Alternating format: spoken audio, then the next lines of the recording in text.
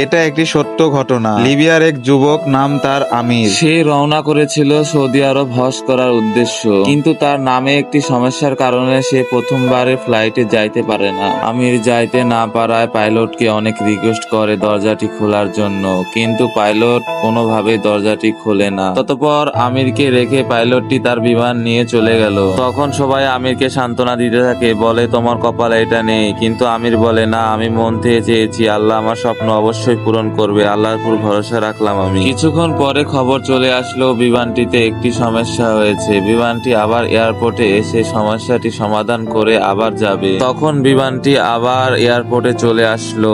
আমির সাথে সাথে রিকোয়েস্ট করতে থাকলো দরজাটি খুলুন, কিন্তু পাইলট দরজাটি না খুলে সমস্যাটি সমাধান করে আবার উড়ান দিল।